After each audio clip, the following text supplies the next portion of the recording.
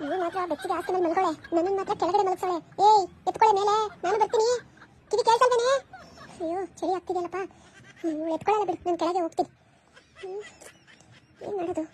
ಏಯ್ ಬಾರಿ ಚಳಿ ಆಗ್ತಿದೆ. ಅಯ್ಯೋ ಚಳಿ ಚಳಿ. ಮಾತ್ರ ಬೆಚ್ಚಗೆ ಮಲ್ಕೋಬೇಕು.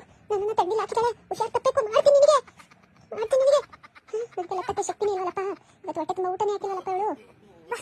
ಏನು ಎತ್ಕೊಳ್ಳು. ಬೆಚ್ಚಗೆ ಮಲ್ಕೋಬೇಕು.